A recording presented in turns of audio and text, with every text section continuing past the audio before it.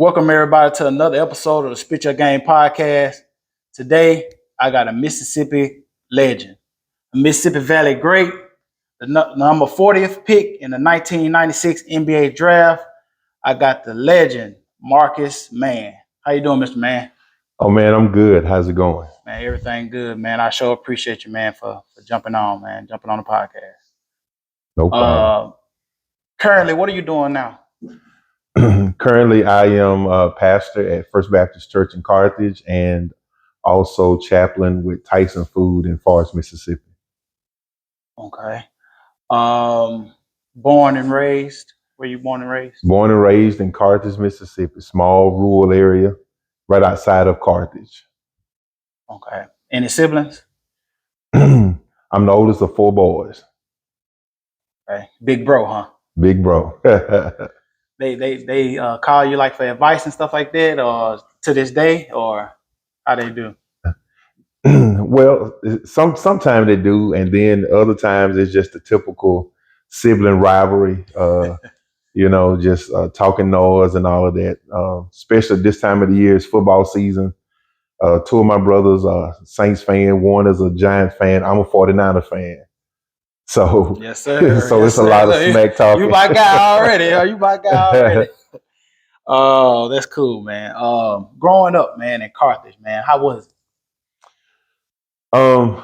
You being in a rural area wasn't a whole lot to do, but you made it work. And me being the oldest, I was brought up in the house with my grandfather.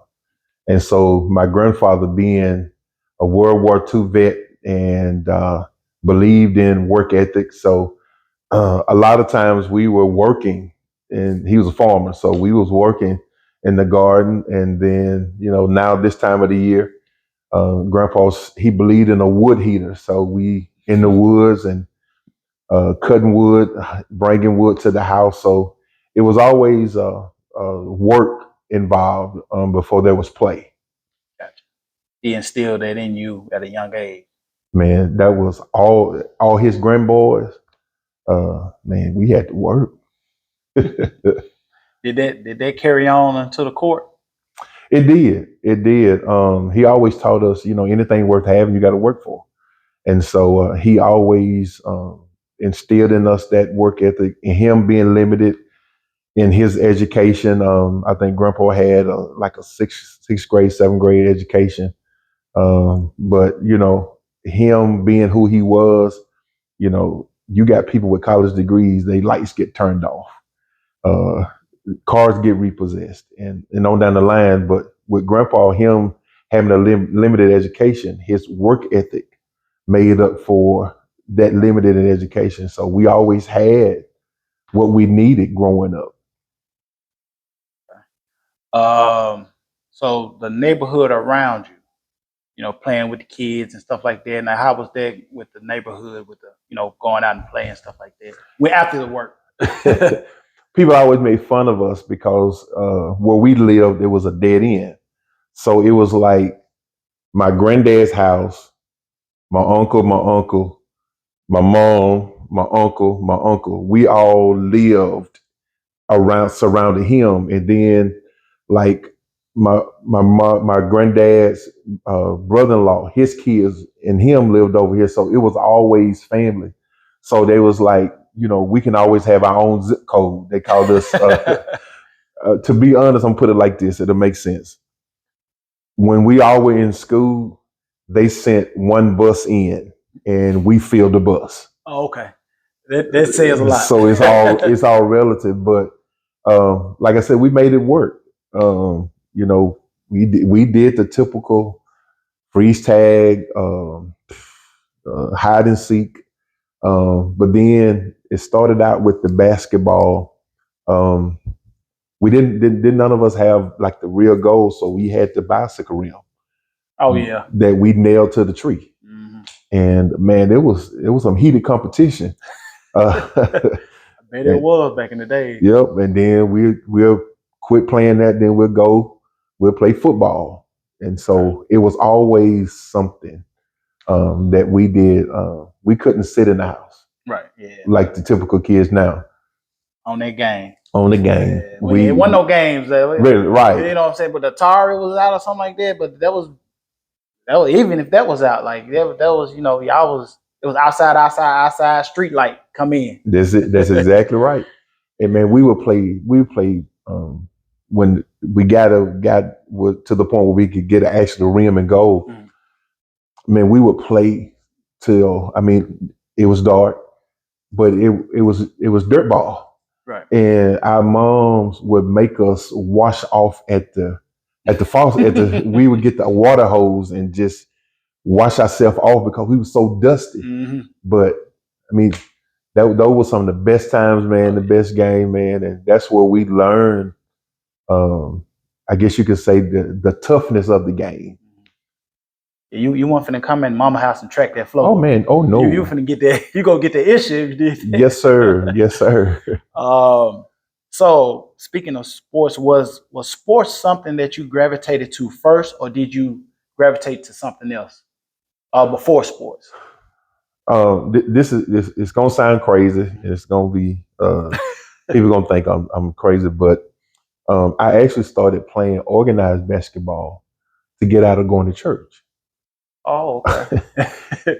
I was blessed with the gift of singing, and so it was like when I would get off the bus, my mom would be like, "Okay, Marcus, come on in, get your homework done, get your bag. You got to go to church and sing tonight." And so, my other cousins out there playing in the yard, I'm on the porch with a suit on, got to go to church.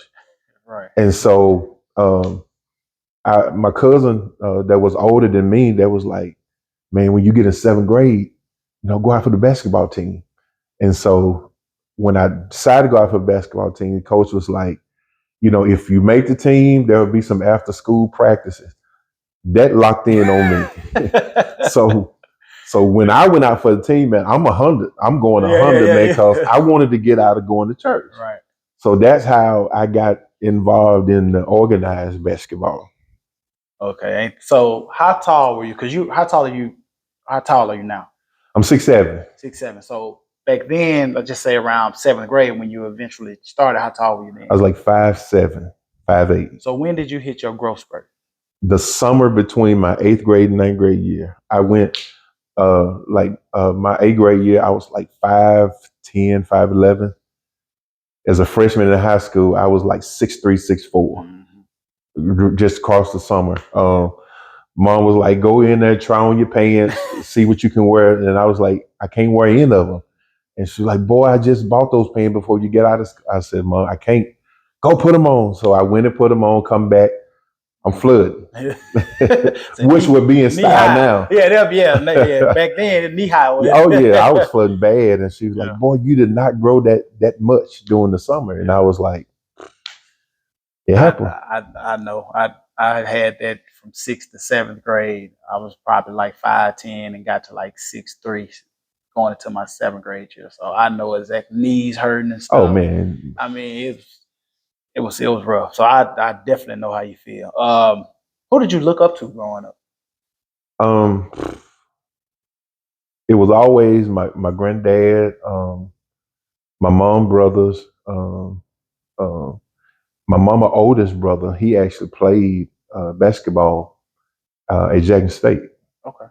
And so he was one kind of got me started into playing basketball, and then her next brother, Willie, he was the worker.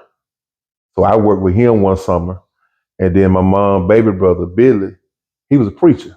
Okay. So I had a variety. Yeah, you had the best of both worlds almost. Yeah, I had a variety. So I looked up to my granddad and my uncles, and at the time, my mom and my grandmother,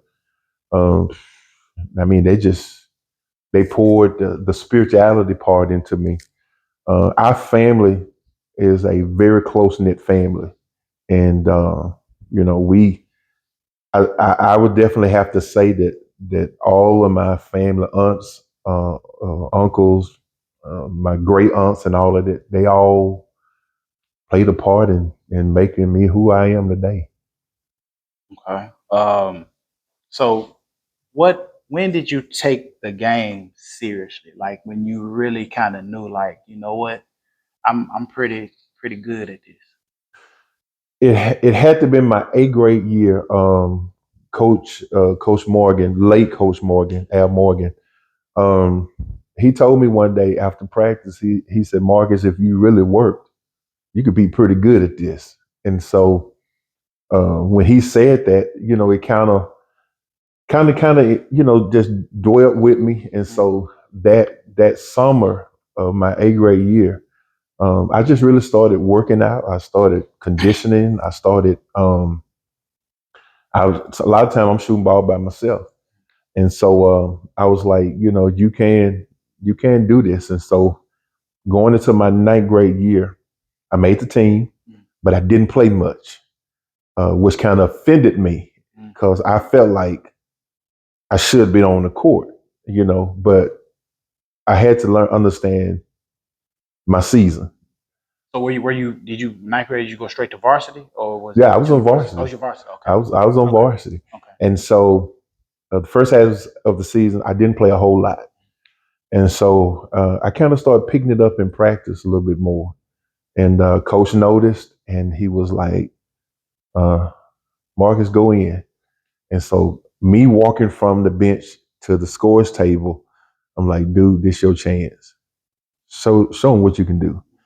And man, as a freshman, that second half of the season, man, I think the game I got in, I think I had like 16, 18 points as a freshman. And so everybody was started like, okay, he might be, he might be. And so then, you had to deal with, you're a freshman and you got upperclassmen.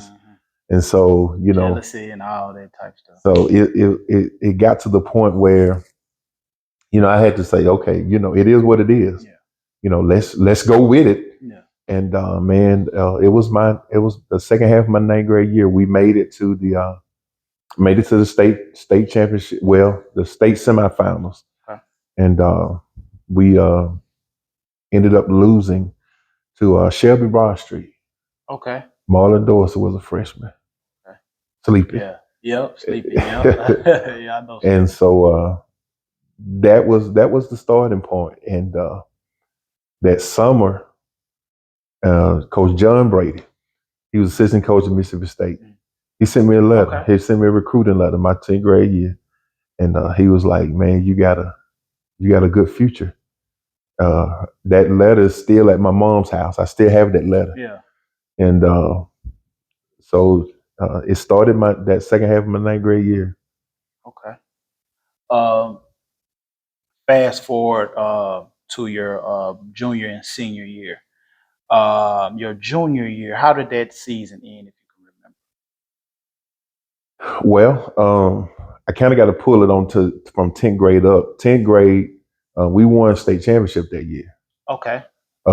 We beat Philadelphia, Okay. And that was really the biggest transition going into my 11th grade year. I started getting a lot of letters after my 10th grade year, and so Coach Furl was my 10th grade year, and he left, and so we ended up with a new coach my 11th grade year. Came from Clarksdale, Henry Hogan, Okay. and Coach Hogan was a different style coach, and so I had to learn his method. So I struggled a little bit, but my 11th grade year was a phenomenal year. We ended up in the semifinals, and we lost to Moorville Okay. in the state playoffs. Yeah. But I I really started developing more of an inside game my 11th grade year because I had actually grew some more, and so I had the post up game, and then I had the little short jumper game, Okay. and so The mid range was key. mid range, Yeah. yep. And so going into my senior year, I wanted to go out on the bang. So man, we won a lot of games, and ended up in the state championship against Ruleville. It was always somebody from the Delta. Somebody Delta, yeah. Somebody from Delta. And man, we had the game. And we was in the press. One of my teammates stole the ball, and the ref called a foul. And my teammate goes berserk. He get a technical foul. And so we end up going into overtime. I remember I never touched the ball in overtime. I did not touch the ball in overtime. I don't know we leave that what that was about, but I did not touch the ball in overtime. Wow. And we ended up losing to Ruleville. And man, that game, I think it affected me the most out of all the losses. Because I remember crying after that game because it hurt. Yeah. And I didn't go to school the next day. I was really devastated.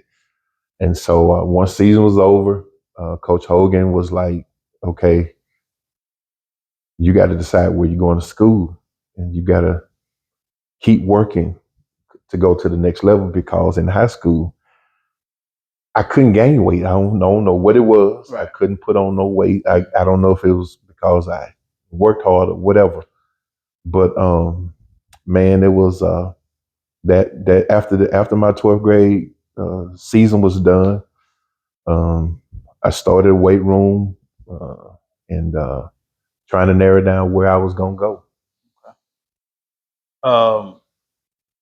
You was a dandy dozen. Were you a dandy dozen? I did not get dandy dozen, but I was the honorable. Well, I was one of the top 5 players in the state. But that's how. I do not know. Yeah, because I saw finish top 5 in the state, and that's why I'm like, okay, you got to be a dandy dozen. They never did. Top 12. I was honorable mention All America, McDonald All America. Yeah. I had all the accolades, but I don't know if it was because the school was in a rural area or what. It's like 1A, right? It was 2A. 2A. Yep. But I looked at it, I'm like, it ain't make no sense. That's why I had to ask. Like, I never did. Top 5, but didn't get. I was one of the top 5 in the state that year. That's crazy. Real quick, who was your high school's biggest rivalry? Our biggest rivalry, 9th and 10th grade, was Carthage. It was my school was in Walnut Grove, and then it was always now. Man, that game would be just completely sold out. Oh yeah. And so after my and so after my 10th grade year, Carthage wouldn't play us anymore. So Philadelphia became our rivalry. Okay. And so we started this thing, man, of wearing a shirt and tie to games. Okay. And so we went to Philadelphia. Actually my 10th grade year. And we walked in the gym, and everybody was like, whoa. And so they were clapping. We were walking in. And so Philadelphia kind of took it personal. And so, man, that game, man, there was so many people at that game. And we ended up winning the game. And when we got into the playoffs in the district, Philadelphia beat us after we had beat them the whole season. Mm-hmm. So we had to travel. So we went to Lumberton.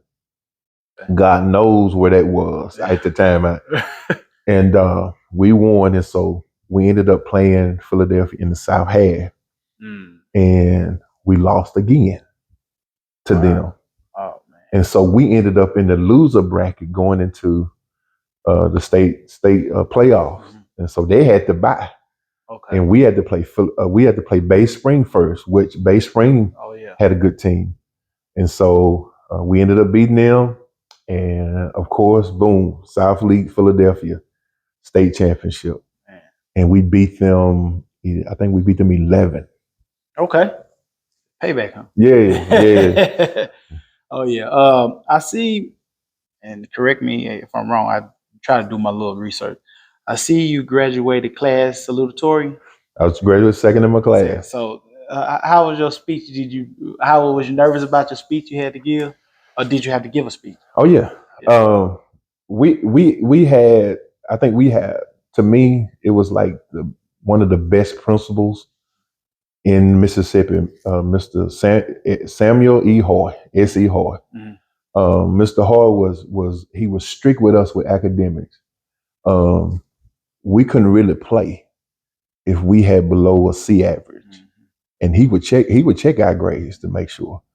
And so he demanded excellence. And uh, Miss Robbie Crosby, she's passed away. She was one of our senior sponsors. So when we did our speech, we couldn't read the speech. It was there, but we had to memorize it. We had to know our speech. So ain't no sit up there with the paper. You Nope. had to. No, we had. She would make us come to her class and practice that speech. And man, we would have to. Like we would stand before, she would be sitting out there in the desk. We had to stand before her, but we had to make believe that it was an audience, so we had to make eye contact constantly. Oh, And she made it. First of all, we had to write the speech, and then she would critique the speech, and then she'd give it back to us with the changes, if any. And we had to learn it. Mm. We had to learn this speech, and that was not a short speech. About a page and a half. No, Oh man, no, sir. I getting testimony Man, up there. my speech was at least, I think my speech was like 4 pages. But we had to keep a rhythm. Yeah, yeah. We couldn't drag it or anything. We had to. Right. No, ain't no No, sir. No, sir. And none of that. When we would rehearse that, if we did that, she'd make us start over. Oh man, you can be on the third page and say, you start over, man. Ooh, that's a flashback. But man, she demanded that though. That was. But I mean, it brought the greatness. Oh yes, sir. Yeah. So, yes, sir. Yeah. So high school's over with now. So it's time to pick your college. Who all recruited you? And of course, we know where you went, but why did you go there? So who all recruited you first off? Again, it's crazy. Coming out of high school, all the SEC schools in Mississippi, Ole Miss, Mississippi State, USM, all SWAC schools, University of Florida, Georgia. I got letters from UCLA, University of Connecticut. That's when Bob Huggins was there. Okay. He came to my house, recruited me on a visit. Virginia, Oklahoma, Texas, Texas Tech, University of Houston. You had a whole laundry list. Wake Forest, University of Alabama, Auburn. And they wanted you like bad. Well, you know yeah, what I mean. But yeah, they offered me. Yeah, and so all those schools that wanted you, and you went to JUCO first. I went to Mississippi State first. Mississippi State first. Okay. I was at Mississippi State for 1 week. I told you you're gonna get crazy. Okay. I was at Mississippi State with 1 week. Okay. At 1 week, Mississippi State had the best recruiting class that year. Okay. I went there. Sleepy went there. Marlon Dorsey, Bandel Thomas went there. Okay. Then Darrell Wilson came in. Okay. So we was like one of the. And man, I remember going there because coming from a 2A school, everybody wanted me to go there because, hey, you coming from a small school. Mm-hmm. And so, man, I'm just listening to everybody, man, and didn't want to disappoint nobody. So I said, let's go to Mississippi State. But your heart wasn't there, though. Nope. You just wanted to follow what, okay. And so went there, went through the whole first week of school. And it didn't feel right. And so me and Marlon Dorsey and I, we were roommates. Mm-hmm. I said, Sleepy, I said, man, I'm leaving. He's like, where you going, man? I said, this ain't me. This is not me. And he was like, man, don't do that to me. And I came back to school. No, my cousin came and picked me up. On that Friday, I had all my stuff packed. Everybody else had gone home, so I'm waiting. And so Coach Williams, Coach Kirby, and Coach Brady had got word that I was leaving. I'm assuming Marlon told them, but I'm not for sure with that. And so here they come trying to convince me to leave, to not leave. And so I had already put all my stuff in the car. Yeah. And so they was like, man, you got a great future here. I mean, give me the whole spiel. I'm listening to them, but in my mind, I'm already gone. And so I left coming home. And that Sunday night, I called Coach Marty Cooper. I said, Coach Cooper, I said, this is Marcus. I said, do you have a scholarship for me? And he was like, is this a joke? I'm like, I love Mississippi State. He was like, yeah. And he was like, well, tell me what I need to do. I said, well, come pick me up. That's first thing. Yep. So he came to my house and picked me up. And he was actually sick. He had kidney stone. And he was like, he's like, man, I passed the kidney stone coming to get you. He said, I was so excited. And so I ended up going to East Central Community College. Best choice I could have made. Best choice I could have made. You think that helped you game wise? It helped me to. Coach Cooper was a fundamental player.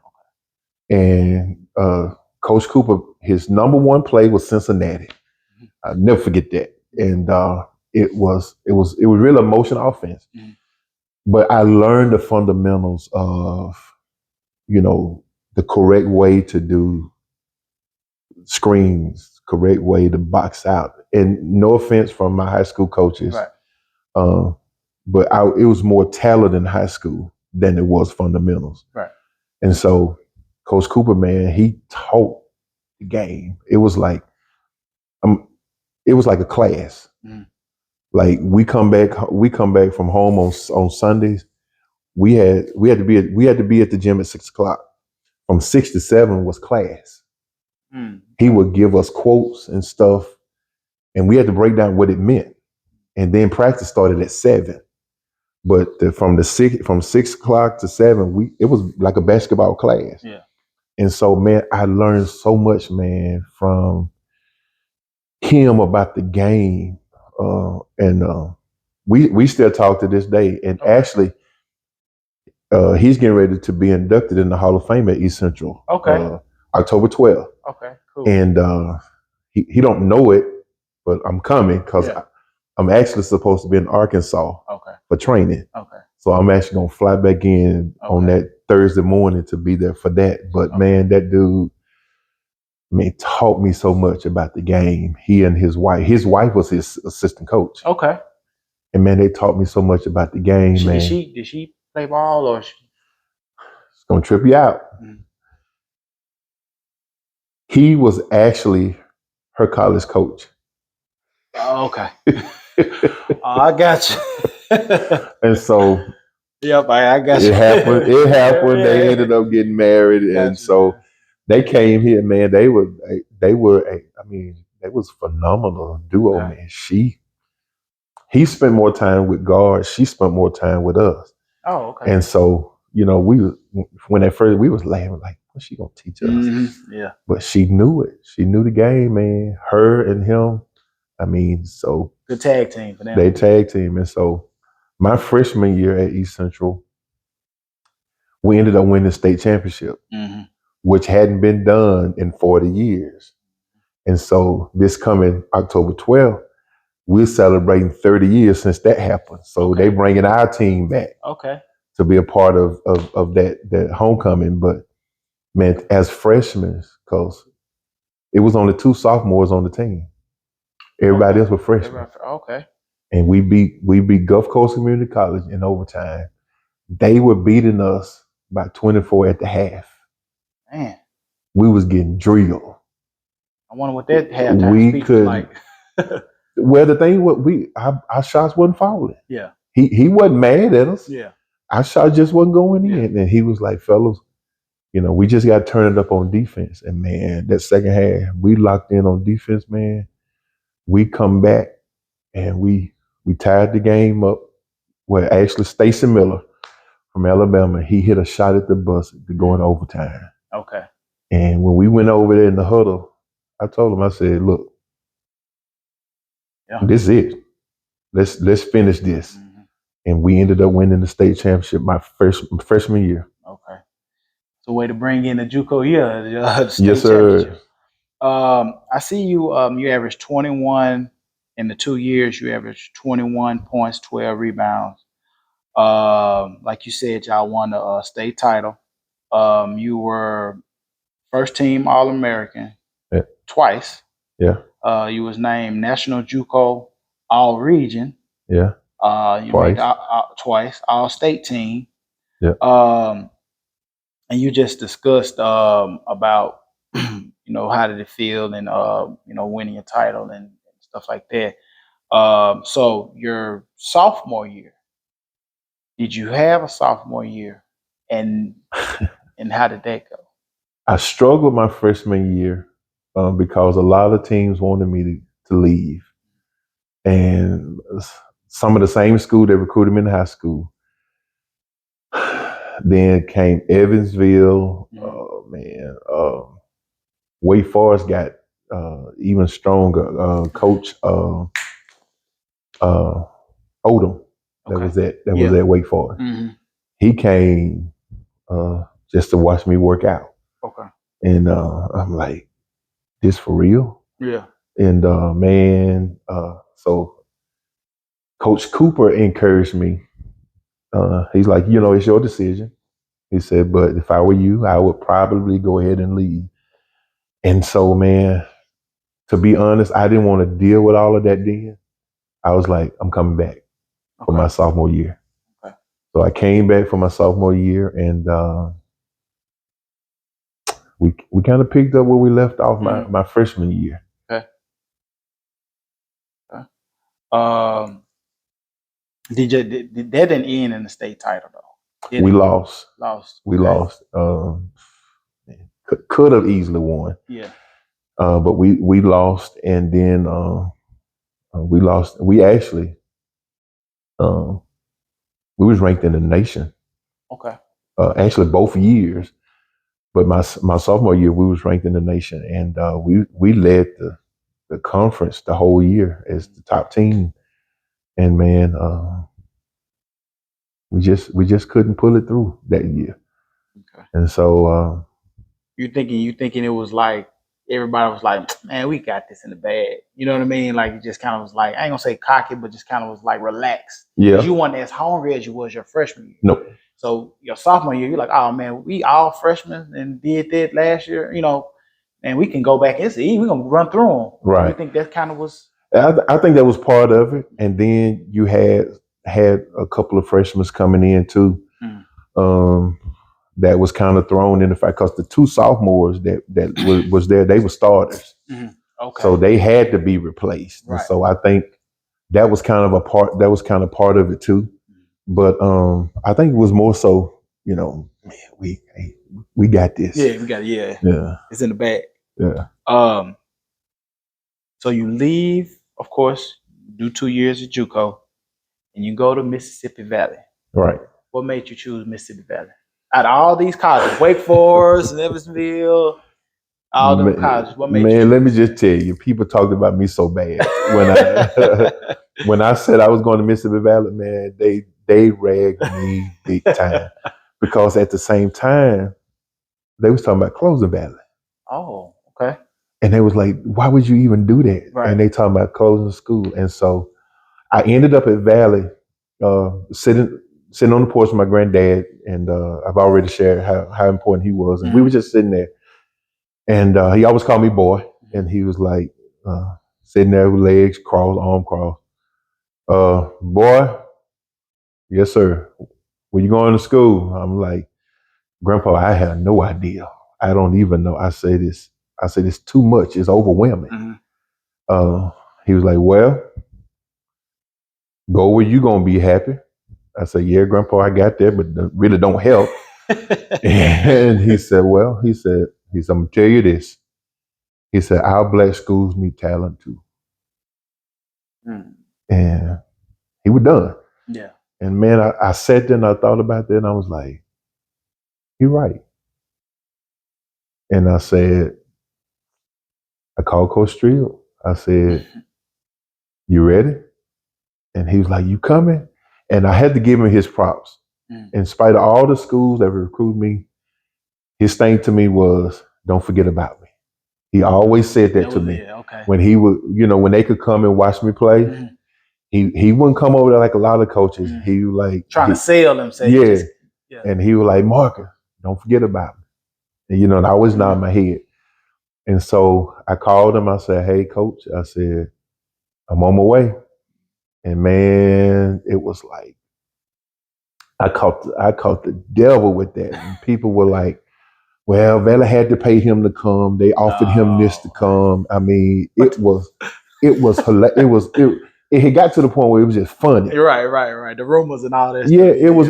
It had got to where it was just lit. I mean, I'm killing myself laughing because they was like, man, they had to pay him or something like that. And so not even knowing the conversation that me and my grandpa had. And so when I told grandpa, I said I'm going to Valley. And grandpa was a Strill fan. My uncles, they played with Strill in high school. Okay. Strill from Carthage. Okay. That's his home. Okay. And so he coached at South League where I went there. And so it's like the family legacy continues. Yeah. And there I go to Valley. And I'll never forget, man, going to sign that particular day. And man, the media was trying to have, how media is, trying to battle against. Yeah. And so I was like, they was like, why are you going to a school that's possibly going to be closing? I said, well, if it closed, it closed. I said, but I'm a man of prayer. God gave me clearance. My granddaddy gave me his blessings. Good for me. That's it. That's all you needed. That's all I needed.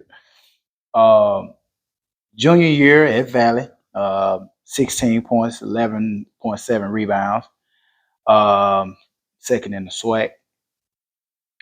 Your senior year, you averaged 21 points and 13.6 rebounds. Number one in the SWAC Player of the Year, the nation's top rebounder. What was your mindset going into your senior year in college? It was personal. We had lost to Texas Southern in the SWAC tournament. And there's no way Texas Southern should have beaten us. Because we had beat them across the regular season. And so it was personal to me. I worked out, man, and and I focused in more on rebounding. My thought process was, if it's coming off the rim, it's mine. And the thing was, I wasn't a high jumper, but I knew how to position and use my body. And so Coach Antonio Sanders was the big man's coach. And man, that dude, he would punish us if a team was out rebounding us. If, like, say for instance, halftime, if a team had one rebound more than us, and he would look at all the big guys, he was like, play with it. And we were like, what, man? And so we go out after halftime, warming up, loosen up and everything. He called us over, Coach Sanders. He was like, let him out rebound you. He said, I got something for y'all in practice the next day. And so as a team, I think we led the nation in rebound as a team. Yeah. And so it was personal for me. And so we ended up winning the SWAC tournament that year. We were leading the conference. And I think we ended up splitting the conference regular season with Jackson State. Okay. And so we ended up playing Jackson State in the SWAC championship. And man, we were killing them at the half. We was up like 24, 26 points. And They tried to make a comeback, and we ended up winning the SWAC that year. And Play against old Jackson State. I know that was a good feeling because with the Jackson State Valley little rivalry. oh yeah, it was good, and it was packed. And we played the SWAC tournament that year was at Alabama State. They had just got that new facility. Okay. So it was at Alabama State, man. It was packed in there, man. Man, I can imagine. Jackson State Valley. Yes, sir. I remember back in the day. Yeah, so y'all finished number one in the SWAC. You get the 15th seed, heading into the NCAA tournament. You run up against Georgetown with Coach Thompson, and you had NBA players such as Othello Harrington, Jerome Williams, Jahadi White, and this kid named Allen Iverson. So first off, what was the strategy going into that game? If you could call it. Man, when we found out we was playing Georgetown, that was, I wouldn't say it was fear, but it was it was like, man, a reality check. It was it was more so a reality check. Now, to be honest, Georgetown was where I really wanted to go to college. Okay. That was I've always wanted to go, but they never recruited me. Okay. But I remember, man, leading up to that, man, we practicing every day. We going hard, and I really felt we had a chance. Mm-hmm. I really felt we had a chance of making it a good game. Right. And man, we play them in Richmond, Virginia, mm-hmm. And so we go to practice. Media everywhere. And so I remember after the practice, they was like, Marcus, man, can we talk to you for a minute? And so I talked to them. They was like, how does it feel to be here? And, I'm telling you, it's a good feeling. Mm-hmm. And they was like, well, you're playing Georgetown. And I said, yeah. And so it was like that night before the game, everybody was in my room. Mm-hmm. It's like everybody just migrated to my room. Yeah. So we sitting in the room, man, and we just chopping it up, trying to relax and everything. And everybody was like, man, we just let's just give 100%. See how it comes out. Yeah. And man, first half we did okay. Mm-hmm. That second half, I can remember it just as good a day. Coach Thompson looked at Allen Iverson, and he did this. And that was it. All she wrote. All she wrote. I had 25 that game. Yeah. And 7 rebounds and 6 steals. Yeah. And so Coach Thompson came to me after that game, and he hugged me. He said, man, he said, you're a phenomenal player. He said, if I can help you going into the next level, he said, please reach out to me. And in my head, I'm thinking, man, you should have recruited me. That was how you could have helped me out right there. Yeah, you should have recruited me. I mean, that's that was my one school I wanted to go to. Yeah. But he poured into me after the game, and so I think it was an opportunity for the league to see. Yeah, he came from a small school. He kind of held his own against Georgetown, and they some big bodies. Yeah, and Jahadi, oh man, big junkyard, big dog, Jerome Williams and Othello. They were some big boys, about 6'8". I played 40 minutes. I played the whole game. Yeah, dang, and they Jahadi was 7 feet. Wasn't he like 6'11"? Jahadi was, yep. And he was thick too. Yeah, I was saying he was big, man. He was solid.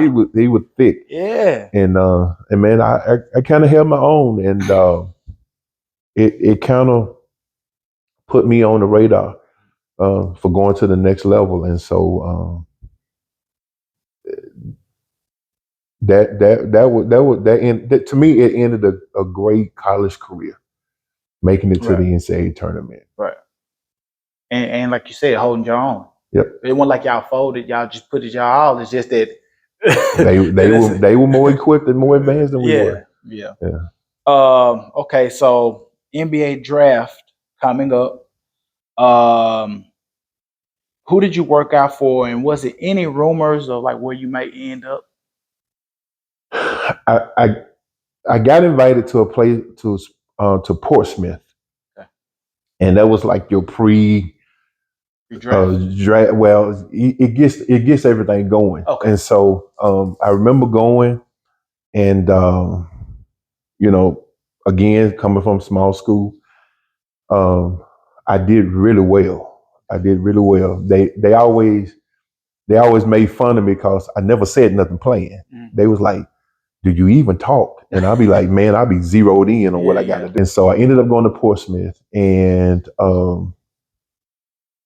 I worked out for uh, Portland Trailblazers, worked out for the 76ers, worked out for Houston Rockets, and so we ended up going to the pre-draft camp in Chicago, where but that was before I worked out, and so um, I went there, man, and I I was locked in, man. I didn't do a whole lot of talking, and uh,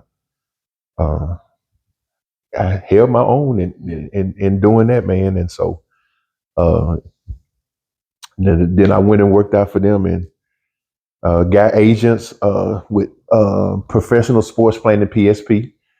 They were the same group that had Penny Hardaway. Okay. They had Robert Horry. Okay. A couple football guys, and so they were a African American firm, and so Dwight Thomas was more so the runner for that, and he approached me in Chicago, and he was like, uh, "We want to be your agent because we think you can offer something to some teams," and so we just started conversating, and he and I became real good friends, and they got me to workouts, and so nobody really said anything, Right. So I didn't know. So you just basically like just waiting on that call. I was at home and still didn't get a call, and so we was just watching the draft, and I'm walking out of the house, in the house, I'm walking to my room, and I'm like, pacing. I really came to the conclusion, you're not gonna get drafted, and so man, I was.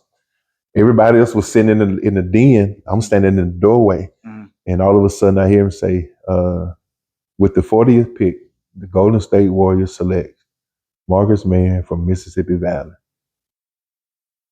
I'm looking, everybody in the house screaming, and I'm like, "Man, that didn't just happen." Yeah. And man, it was. I mean, my mom's phone was just blowing off the hook, and everybody. It was like everybody just started migrating to my mom's house. Cars coming from everywhere, man. Yeah. And I'm like, man, that just happened. And so they called me. So I went in my room, closed the door, and gave me the congratulations speech and everything. And they was like, we know you're kind of wondering why we drafted you, and they was like, we've been watching you since college, and I'm like, and so and they was like, we think you can be real good with our team, and so on that particular team, they had Chris Mullin, B.J. Armstrong, Bimbo Cole, Danielle Marshall. Tim was on that. Tim was gone. Tim was gone. Okay. Joe Smith. Okay. Yeah. Okay. Yeah. They had a nice little nucleus. Spreewell. Okay. So old Spree. Yep. And so I got drafted with them, man, and man, I don't even remember sleeping that night because I was just in my mind. I'm like, man, this really happened. It's a real moment. I mean, and I'm just laying in the bed, man. I'm looking up at the ceiling, And I'm like, Mm-hmm. Everybody else still screaming. You. yeah. And so, man, it was like the next day they had overnight me some stuff. Man, I had this big, huge box, NBA socks, uh, Golden State shirts, jerseys, practice gear. I mean, it was just a huge box Yeah. of stuff. And then like Nike started sending me stuff. I Oh mean, man. I Okay. had, man, within a week, man, I had like, I think it was like 24 pair of shoes. Like, Man. man, I ain't never had that many pair of shoes. And so my brother, Oh yeah, they had a feel. They already know. man, they walking around with the stuff on. Man, it was a phenomenal moment for me because I just felt like my hard work paid off. Mm-hmm. And then it was a phenomenal moment for my family because I'm like, I can take care of them now. Mm-hmm. And so, I just start putting in the work, man. And they brought me out before everybody else came. And so we were, at the time, they were building a new facility in Oakland. Okay. So we were doing training in San Jose. So my first time on the beach, Mm-hmm. my first time seeing palm trees Yeah. in person, Right. my first time seeing the beautiful women, Yeah. like they man, it was just, I was like, Dream hey, come true. Eh? is this what the lifestyle is Yeah. really like? Yeah. And man, then it hit, and I kind of got nervous. I don't know why I got nervous, but it hit like, dude, this your job. Yeah. This is no longer for play. This is your job. And man, I'm like, and so I started working out and with the assistant coaches at the time, and they brought they brought Joe Smith in. Mm-hmm. So I'm playing against Joe, and so it went exceptionally well. And so by that time, about a week later, all the other players started coming in, getting ready for preseason workouts and training and conditioning, all that stuff. And so um, reality hit, man. Yeah. I mean, that's a small town to a big city. Big city Bro, lights. from a dead end dirt road Yeah. to, Big city lights. and that was actually my first time ever uh, in Yeah. California. Wow. First time ever. Mm-hmm. So 96 class, you was legendary class. You have AI, Yeah. Ray Allen, Marbury, Camby, Nash, and of course Kobe. Did you get a chance to meet any of those guys? Oh yeah. Yeah. Well, of At, course you met them, but I'm just actually, when, and I kind of jumped ahead anyway, no but you. we had to go to Orlando, Florida for um I guess you would call them seminars, Mm-hmm. and all the players that had Yeah. had to be there. Where we went through financial stuff, educational stuff. I mean, it was just a whole week of that, and so everybody was there. So I mean, Yeah. we kicking it Yeah. with Okay. with all of them, man, That's cool. and we had old schools for like mentors, like Rick Mahorn. Okay. Rick Mahorn, Oh man. believe it or not, Rick Mahorn was my mentor, Yeah. and Rick Mahorn was a good guy, man. Oh yeah. He's a good guy. Straight shooter, huh? Yeah, and man, funny, and Alex English was there, Okay. and so we kind of kicked it because we both Kappas, Okay. and so Dr. J was there, and I'm like, I'm just looking around, man, You starstruck in a and sense. and man, I want to ask for autographs so bad, and I'm like, dude, you can't do that, but I want an autograph so Yeah, yeah. bad, man, and so we all of us was there, man, and I never forget. One of the proudest things in that draft for me was There were 5 that had college degrees. Out of all that was drafted, I was one of the 5. Wow. I was one of the 5. Okay. There was 5 of us that had college degrees, and so in that particular seminar, they was like, "So basketball done. What are y'all gonna do?" Mm-hmm. And but they always promoted education, Right. and they was like, "Anybody here have a college degree?" And so, man, I was proud to lift my hand. I actually graduated from Valley with a 3.8. Okay. And so that was a proud moment for me, man, just to know that I already had that. Mm-hmm. That's cool, man. Any summer league stories? Did you play in the summer league? I never played You summer never played league. in the summer league? I never played summer Okay. league. I was reading. I thought you had played. So I saw an article that said Mann played great basketball, not only in the Warriors training camp, but also in their preseason game. That's why I thought he played in a preseason game. And Well, let me back up. mm, I did. Let me back up. I did. I'm thinking you talking about yeah, regular, yeah, no, yeah, in high school and Oh, all of okay. that. Oh, It was changing. My bad. yeah, But it's yeah, all I good. did. I did play summer league. And I even played the in the preseason Mm, games. Yeah. okay. So take us through the decision of what made you decide not to continue playing in the NBA. Okay. Um, I'm a big crybaby with this, man. So if I cry, it just happens, It's all man. good. But I I mean, as you said, I was doing well, man. I was loving it. Uh, I was learning the game as far as from a professional standpoint. Um, the workout and everything was going good, and then, man, I get to where I was staying, and I was like, I'm gonna be all right with this. So I go to practice the next day, and I didn't want to be there. I'm like, Mm, what is this? And I'm like, okay, am I homesick? No. I mean, I just started asking myself questions, and I'm like, something is off.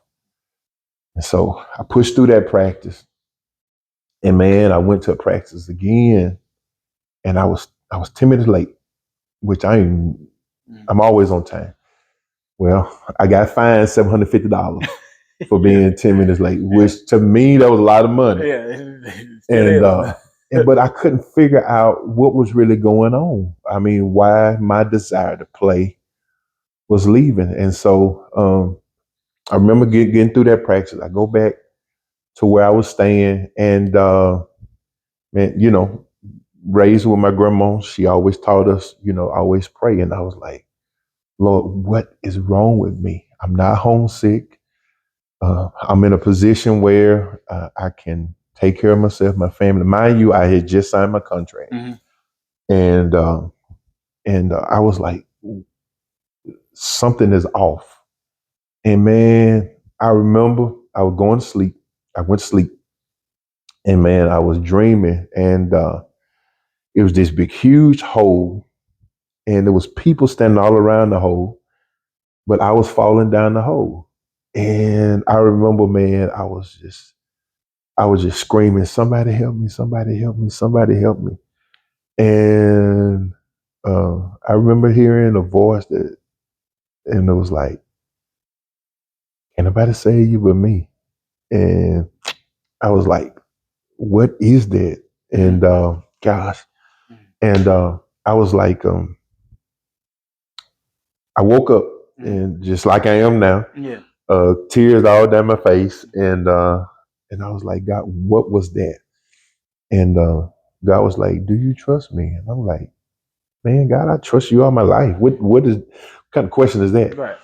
And he was like, do you trust me? And I was like, yeah, I trust you. He said, okay, you trust me. want you to walk away. Time out. And I'm talking to God just like I'm talking right now. I'm like, time out. I'm like, I just signed my contract. I'm in a place where I can take care of my family. You let me get here, and now you tell me to walk away? I'm like, God, that don't make sense to me. And God was like, do you trust me? And I said, God, why you keep asking me that? And God was like, I let your dreams come true, but this is not where I want you. Do you trust me? And man, I remember saying, like, okay, Lord, whatever you want me to do, I yield. And so, having said that, now I'm thinking, I got to tell these folks. And the first group I called was my agent. I called Dwight. And Dwight said, don't you do nothing till I get there. I remember that. Emergency. He said, don't you do anything till I get there. And I'm thinking, I'm like, dude, I don't care if you do come. Right. My mind is made up. And so I called my mom. My mom was like, do I need to send your brother out there? I said, Mom, I'm not homesick. I'm not homesick. She said, I'm going to send your brother out there. And I was like, Mama, I'm not homesick. Yeah.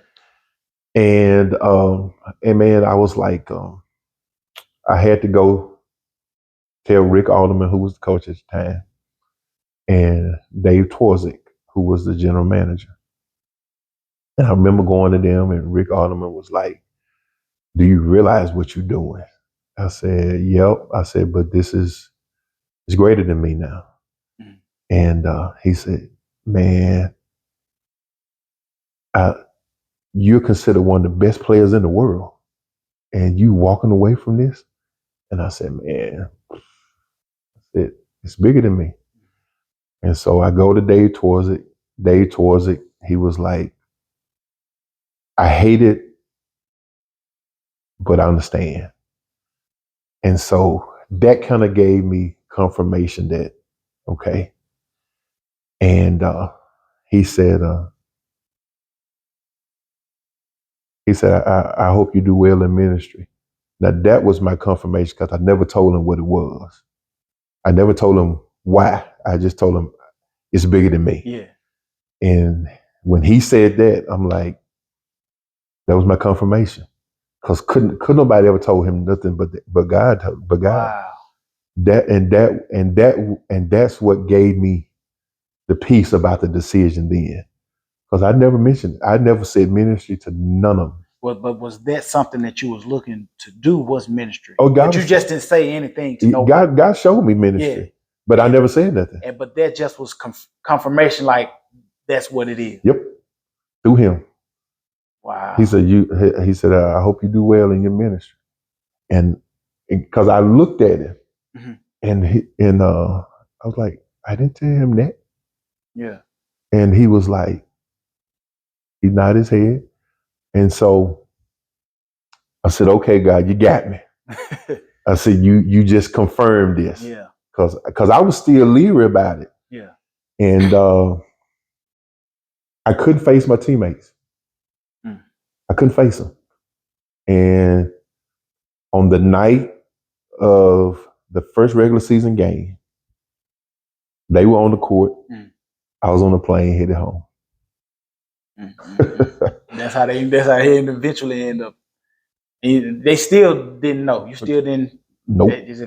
Nope. And so Dwight, who was my agent at the time, he was like, he talked to Rick Alderman, and he said, I hated to lose Marcus.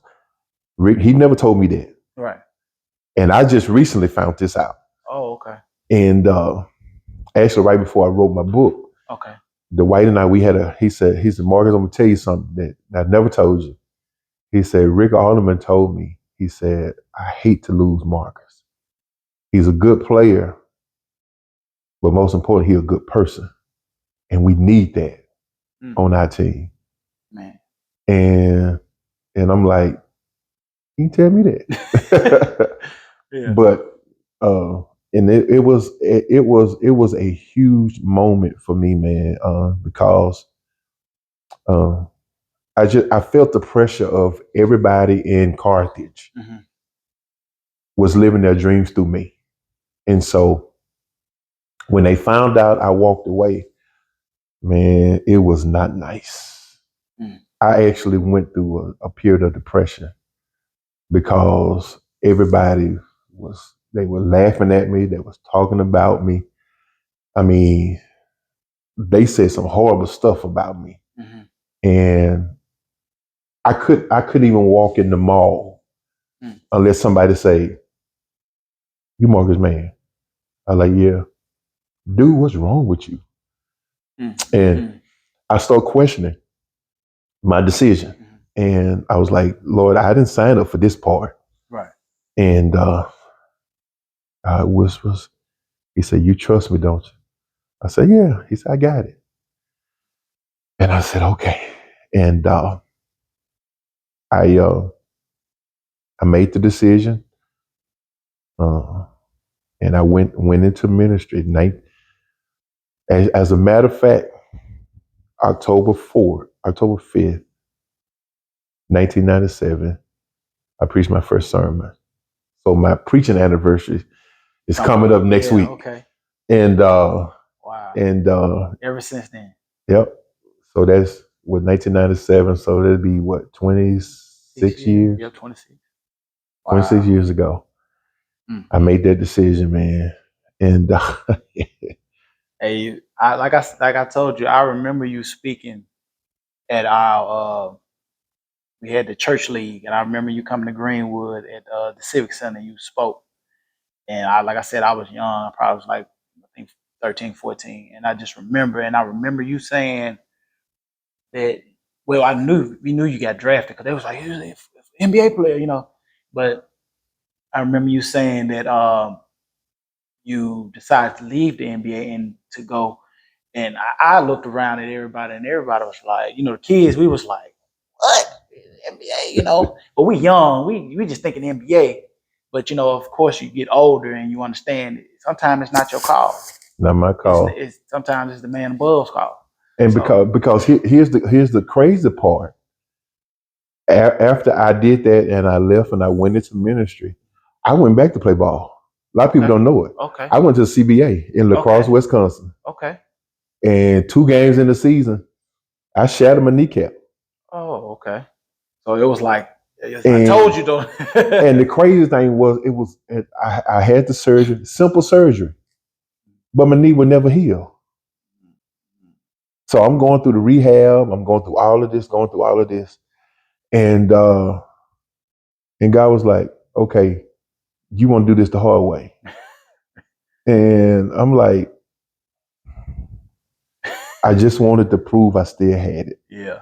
It's And so, always in us, yeah, competitive nature. and so man, I mean, after not playing for a while, Mm-hmm. and I went to La Crosse, Wisconsin, man, I did well. I like I hadn't missed a beat, Right. and man, I remember that night that I hurt my knee, and God, that man, I hear it clear as day. God was like, "Okay, you said you trust me, but you up here doing this." Do it again. He said, "Okay, you're gonna learn the hard way." And so, man, I went through the therapy, ended up going through another surgery. Mm. Knee would never heal. They sent me to Tulane University. Bo Jackson had just got his hip replacement. Mm-hmm. That's when it was started coming out. Right. And so they sent me down there. The guy, he gets my X-rays, MRI, all of this. He looked. He said, "You done?" And I was like, "What?" He said, "You done?" He said, "You can't play at that level with your knee looking like this." And I said, "It was just a simple Yeah. injury." Yeah. And he's like, "Oh, you got damage under your kneecap." He said, "That's Mm. why it won't heal." Mm. And he said, "And that's a hard place to heal." He said, "You done?" And I said, "Here come God. Mm-hmm. I got you now. Now what?" I Yeah. said, "I'm all All yours. yours. I'm all yours." Man. Wow. Yep. Definitely didn't know that. So okay. So let me ask you this: after the basketball, were you school teacher? They hired me Okay. as a full time sub. Okay. Let me tell you, Yeah. Mr. Hoy, he brought me back, and it was more so he put me in a substitute position, but I was more so of a mentor. So I was teaching school, uh, and and I'm looking at this, and I'm like, Lord, you brought me back to teach school, and he was like, just ride it. So I did that, and then I ended up. Uh, I was at South Leak, and then I ended up teaching school at Emmanuel Christian School Okay. in Jackson. Okay. So I did that for a couple months, and all of a sudden, they build this big, huge prison in Walnut Grove, and so I get a phone call from Miss Beverly Patrick. Actually, I had did a revival at her church, her home church, and she came up to me after. She said, "I got to get you at my prison. I don't know how, I don't know what. Got to get you at my prison." And she called me and she said, "We need a alcohol and drug counselor. Would you be interested?" I'm like, "Yeah." And so I come in as an alcohol and drug counselor. Mr. Marcus Ellis, he was the program manager. He called me in his office. He said, "We got you in here." He said, "This ain't where I want you though." He said, "Just ride it. You'll get to where I want you." Mhm. And man, within a couple of months, I became the chaplain at Walnut Grove Correctional. He Okay. was like, "This is where I want you. Okay. Here comes the voice. Okay, now you about to see what it's really all about." And so, man, I was the only chaplain at that prison. It was juveniles offenders, age 13 to 21. They couldn't be housed with adults, but they had adult charges. Right. And so, man, I was like, when they found that I was drafted, Mm. I had my own little entourage in the prison, Uh-huh. but God allowed me to use that to minister to those guys. And I think one of the biggest things at that prison that I can say was I baptized like 65 guys one day. Hold on. One day? One day, I Wow. baptized 65 guys one day, Wow. and God was like, "You get it now?" And I'm thinking, I'm like, "Oh, this." And so I was there eight and a half years. Then he moved me to a alcohol and drug facility. I was there 8.5 years. I started the chaplaincy program over there, and then I ended up at Tyson, where I am now. Okay. And I have a degree in health and physical education. I have a master's in sports administration. I have yet to use my degrees because he's placed every job I've had has been ministry jobs, ministry jobs. And so I wrote my first book, and I'm just going to show you how he did me with this. I wrote my first book, and we had a book signing. And so this lady comes in, she's on a walker. And she said, I'm going to get my book. I'm going to get my book. She said, "But Brother Marcus, I need you to pray for me." And I'm like, "I'm at a book signing, you know?" She said, "I need you to pray for me." She said, "Not tomorrow, not tonight. I need you to do it now." And so the room becomes like a prayer room. And so everybody that was in there got totally quiet. So I'm praying. She's crying. So we get through the prayer, we're done.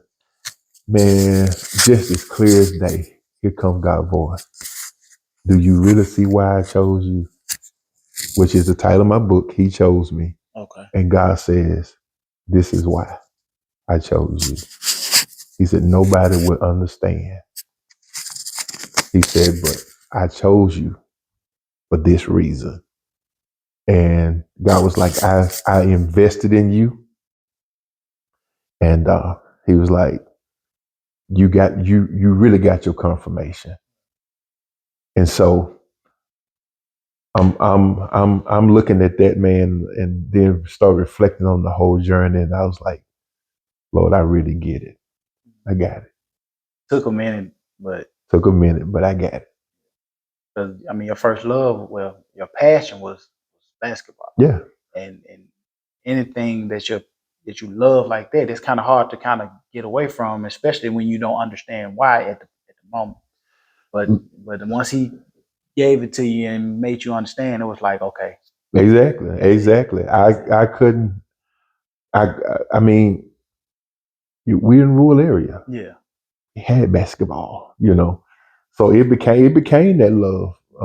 And I don't ever think I put it before God or anything like that. Right. But it was just my own unique journey. Right. And man, I'll never forget. I was in a store and this guy recognized me and he was like, Marcus Man, Mississippi Valley, right? And I was like, yeah. Golden State, but you walked away. I said, yeah. Yeah. I said, yeah. And he said, dude, man, that couldn't have been me. That couldn't have been me. And I remember God just speaking through me. I was like, you know what? You're right. It couldn't have been you. I said, this is why he chose me. Mm-hmm. That's why he trusted me. You're right. It couldn't have been you. Ain't for everybody. And he stood there and looked at me dumbfounded. I'm like, he got me, dog. Yeah. And so, I mean, hey, it ain't for everybody. Nope. It's not for everybody. He only calling certain ones that know he's gonna carry his word the right way. So, man, I put this in my book, man, and I think it'll kind of sum it up. I gave up my dream to fulfill my purpose. simple and plain. Yep. I gave up my dream to fulfill my purpose. From my mama's belly, he had already chose me. I just had to play it out. It's just like the scene of a movie. Mm-hmm. I had to go through every stage. And as I sit here tonight, even just reflecting, everything that I went through and that he done prepped me for where I am and doing what I'm doing. Which at the time I couldn't see it. Yeah. But it prepped me. Yeah. It prepped me. You actually have a movie. Like your life is really a movie. It's funny you would say that. It's funny you would say that. As I said, I wrote my book, mm-hmm. And I didn't go into a whole lot of detail. Right. I even shared some stuff with you that I didn't share in the book. Mm-hmm. And this guy calls me out of nowhere from Atlanta. I'm thinking it's a prank call. Yeah. And he said, hey, this Marcus? I said, yes, it is. He told me who he was, and he said, man, I'm with a company that's we considering wanting to do a movie on your story. And I said, man, who is this, man? Y'all pranking me for real. Like, stop playing. And he was like, no, seriously. And I was like, man, I mean, don't play, man. Yeah. I mean, I'm really getting frustrated. I was sitting in my room on the edge of my bed. Yeah. And he said, I'm serious. He said, every time I turn around, your story surface. And he said, man, the Lord has touched my heart to do this. And I'm sitting there thinking, and I'm like, it's a prank, this is a joke. Mm. And God was like, listen. Mm. And so I started listening to him, and he said, I want to know, would you be interested? I said, let me just take a moment with this. Mm-hmm. And he said, just call me back when you're ready to talk. So I talked to a couple of my friends, talked to my mom, and talked to my daughter. And my daughter, of course, Oh she like, yeah. man, why you didn't tell that dude? Why you didn't tell that man? Yeah, man, you go ahead and do this. And I was Yeah. like, Mike, it ain't as easy as you think. Yeah. I said, because to do a movie, you got to become vulnerable. You got to share a lot of stuff that you don't want to share Right. for them to understand the whole concept. And so, man, here comes God in my ear. He was like, this is part of it. People will understand even more. And he said, I'm putting you on a platform where they'll be able to see it. One of the promises that God made to me when I walked away was, I will always give you a platform to share your story. Mm. That was 26 years, was 27 years ago. And here you are, 27 years later. What am I doing? Right. Sharing my story. Yeah. He said, I will always give you a platform. And even when I thought that my story would die down, here it comes. Here it comes. You're I'm sure you probably know, but you'll remember probably more than you know. Like, and I'm saying I'm from Greenwood, Yeah. so I'm right there in the valley, and I mean, you basically a valley legend. You know what I mean? Like, people talk Marcus Mann and Al Ford. You know what I'm saying? Like, those are the names that ring around the Delta. Like, when it comes to Valley, like when people think of Valley, they think of Marcus Mann, they think of Al Ford, like they think of players like that. Like, so you probably remember more than you know. Trust me. Yeah. It's crazy. People tell me all the time, you too modest, and that's just my character. It's just, you grew up just you're humble. It's good to be humble. That's just me. Yeah. And man, it's like, you know, God, every dimension, you know, it becomes more clear, you know, why I was born, and man, I'm doing what I'm supposed to be doing, and Yes, sir. even though he took me the scenic route, Yeah. Yeah. man, I look back on it, man, and I'm like, it's crazy. And it's not over. The journey still continues. I'm really shocked, because even in me doing my book, it has done more than I thought it would do, and it and my prayer was, when I did it, that it would land in hands of people that will get it. Right. And man, I got phenomenal reviews on it, man. And I mean, one guy, he bought a book for like all his nieces. Well, the lady, she bought a book for all her nieces and nephews. Okay. And she had read it. She called. She graduated high school with my mom, and she's like, I started the book and I couldn't put it down. And and and you just confirmed what has already been said to me. You know, it's still more to come. And so I'm learning to trust the process and be obedient with it, man. And I'm just walking with wherever it leads. I'm rolling with it. Sir, that's all you can do. Yeah. I got a few wrap it up questions, man, and then I'm gonna call it fair. Things that come to mind when you hear these names or places. Carthage, Home. Coach Strib, Uh, Legend. Rick Adelman, Uh, uh,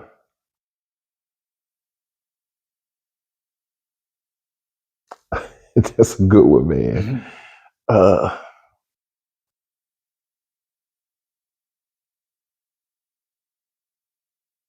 I would say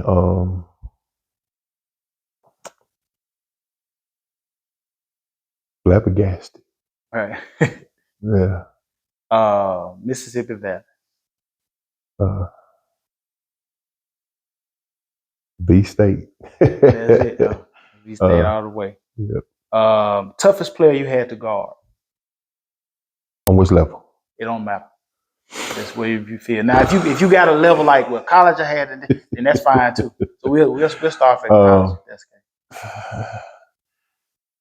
Or high school. They had somebody in high school that was, High school, I would say be with Philadelphia High School. It would be Vander Hobson, which was my frat brother, and Derek Spencer. Okay. College, Dwayne Whitfield at Jackson State. Jackson State, okay. Of course, anyone from Georgetown, Jihadi, Othello, NBA.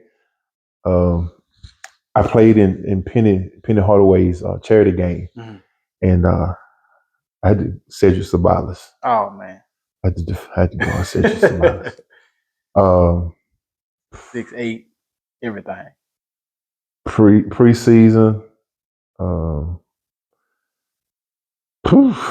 Carmelo. Man, the mailman. And man, was he a mailman. Man, that dude was solid. Yeah, I can. You seen him in person. I'm looking just from TV, but I can imagine how no body fat. Solid. Yeah.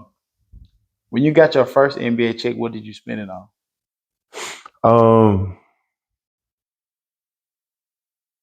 I don't know. What did I buy?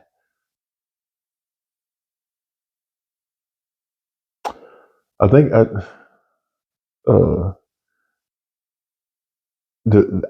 had already got a vehicle. I had the Ford Explorer had just come out. Okay. So I had a burgundy Ford Explorer. I think the first thing I spent, were clothes, and gave Mama some money. Right. I think that's what it was. Yeah, you got to. Mom always got to. Yeah. Dream vacation spot that you haven't been. I wanna. I'm kind of low key. So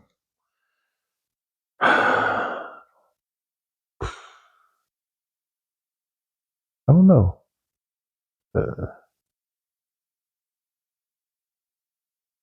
Maybe Cancun. Okay. Hawaii. Okay. Advice you would give a kid who is trying to decide on what career path to take. The advice I would give would be write your plans in pencil, give God the eraser. Because where you think you might go might not be where God wants you. But in all of it, trust Him. Trust Him. You should copyright that. That's good right there. So this is a question I always ask people at the end of the podcast. Would you change anything about your journey? I would not. I think. Well, I'm not gonna say I think. I believe I am where I am, doing what I'm supposed to be doing, and I rest upon the fact that I'm doing what I'm doing because He chose me. Well, Mr. Mann, I sure appreciate you taking out the time. It's been a great interview. It's always love, man. I really appreciate you. You well remembered in the deal, so I want you to remember that. And I appreciate everything, man. Inviting me in and doing this for me. I appreciate it. Man, I appreciate the opportunity. Thank you. All right. You wipe the tears from my eyes. I'll say thanks. You'll ask why. This will be my reply. You know, millions didn't make it, but I was one of the ones who did. I look at God and say, millions didn't make it, but I was one of the ones who did.